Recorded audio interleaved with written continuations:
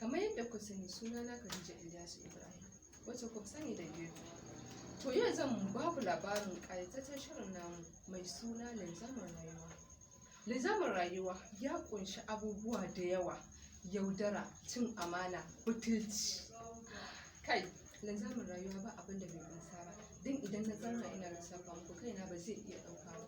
Amma idan kuna so ku sha kallo, ku biyo mu a linzamin rayuwa. Ku biyo mu a linzamin rayuwa TV don ku ga abin al'ajabi da abin mamaki. Don linzamin rayuwa ya ƙunshi abubuwa tari-tari. Za ku ga faɗakarwa, tunatarwa, ilmantarwa da dai sauransu. To sai kun zo. Na gode sosai. Ni ce dai taku har kullum, Khadija Ilyasu Ibrahim.